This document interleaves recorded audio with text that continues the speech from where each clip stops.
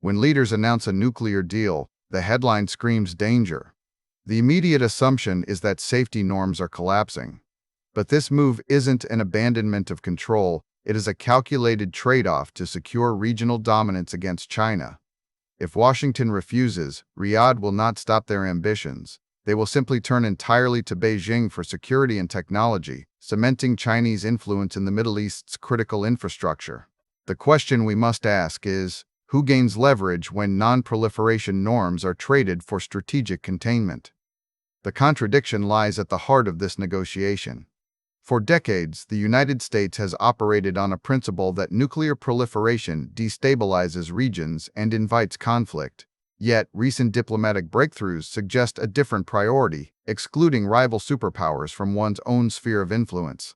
When Crown Prince Mohammed bin Salman traveled to Washington in November, he did not return with just an oil agreement. He secured a transaction where the U.S. effectively traded non-proliferation norms for alignment against China. In exchange for Saudi Arabia's commitment to invest nearly $1 trillion in American assets and keep global oil prices low, Washington granted access to advanced F-35 fighter jets under major non-NATO ally status and civil nuclear cooperation technology that was previously restricted by international treaties. This is not about energy abundance or regional safety, it is the ultimate version of burden sharing. The United States is essentially saying to its Gulf partners, we can offer you a path to civilian nuclear power, but only if you accept our security umbrella and keep your economic interests tied to Washington rather than Beijing.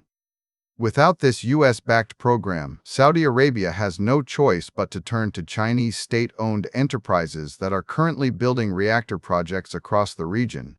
If America refuses to offer these technologies, Riyadh will likely pivot completely to China for both security guarantees and energy infrastructure, giving a rival superpower a foothold they have long sought in their backyard. Quick resource note: I keep a curated set of Amazon search links in the description for books, gear, and tools relevant to this channel's topics. Some are affiliate links, so I may earn a commission at no extra cost to you. Please consider supporting the channel by using those links if you find something useful. The economic leverage driving this shift is as significant as the strategic maneuvering.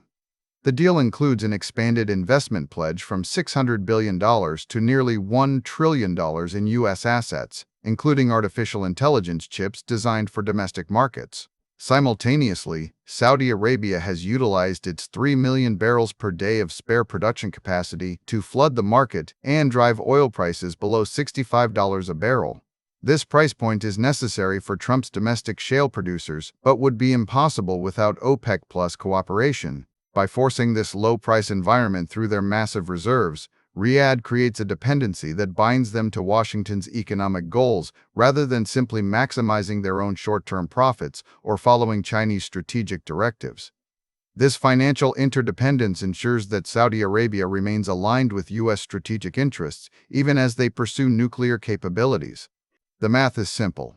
The United States needs low oil prices to keep its domestic energy sector competitive, and only a cooperative Riyadh can guarantee that supply surge without triggering market chaos. In return for this economic discipline, Washington provides the technological lifeline of civilian nuclear reactors. This creates a high-price, low-investment trap for any other power in the region. If Saudi Arabia were to align with China, they would lose access to the American security guarantees and financial markets required to sustain such massive infrastructure projects. The result is a system where non-proliferation norms are eroded, not because of negligence, but as an acceptable loss to keep Beijing out of Riyadh's strategic orbit. The depth of this realpolitik shift becomes even clearer when looking at regional alliances that were once considered central to American strategy in the Middle East. A crucial detail often missed is MBS' refusal to normalize relations with Israel unless there is a credible path to Palestinian statehood, effectively stalling any progress on this front until after Prime Minister Netanyahu's tenure ends. This confirms that Riyadh views its nuclear and security relationship with Washington as independent of Israeli interests. They are playing their own hand against China, not following the scripts provided by either American or Israeli diplomatic offices. The deal reveals a new reality where regional powers prioritize their specific national survival strategies over broad alliance cohesion, forcing the United States to adapt its containment strategy accordingly. What looks like a dangerous surrender to international norms is actually a classic realpolitik move, accepting a nuclear-capable partner in your sphere of influence rather than losing that partner entirely to a rival superpower. The danger is not that Riyadh gets nukes, it is that they get them from a rival superpower who wants China in their backyard. By granting access to American technology, Washington ensures those capabilities remain under its security umbrella while simultaneously cutting off the supply lines of Chinese competitors. This signals the end of the post-Cold War non-proliferation consensus in favor of great power competition. If a nuclear deal with Saudi Arabia is required to stop China from building reactors and securing energy corridors there, then non-proliferation has become secondary to strategic containment. The global shift here is profound.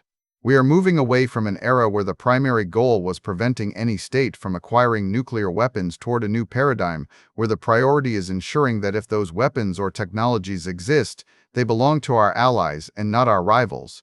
The Middle East isn't becoming more unstable because the US lost control. It is stabilizing from a Western perspective by forcing regional powers into an exclusive security alliance that excludes China.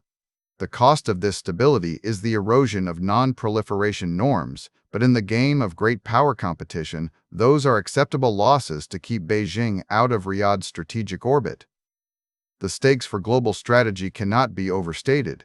If Washington continues its traditional stance on absolute prohibition without offering an alternative path, it risks pushing the entire Gulf region into a Chinese sphere where American influence is negligible. The deal represents a fundamental recalibration of how superpowers compete in resource-rich regions. It acknowledges that non-proliferation alone is no longer sufficient to maintain dominance when economic and security needs are so tightly interwoven with geopolitical rivalry. By trading norms for containment, the United States secures its position as the primary arbiter of regional stability while denying China the strategic depth it seeks in the Middle East's critical energy corridors. Thanks for watching all the way to the end. I am a one-person team working hard to make each video better than the last. Subscribe if you found value. It is the best way to show support. Drop a comment with your biggest takeaway. See you in the next video.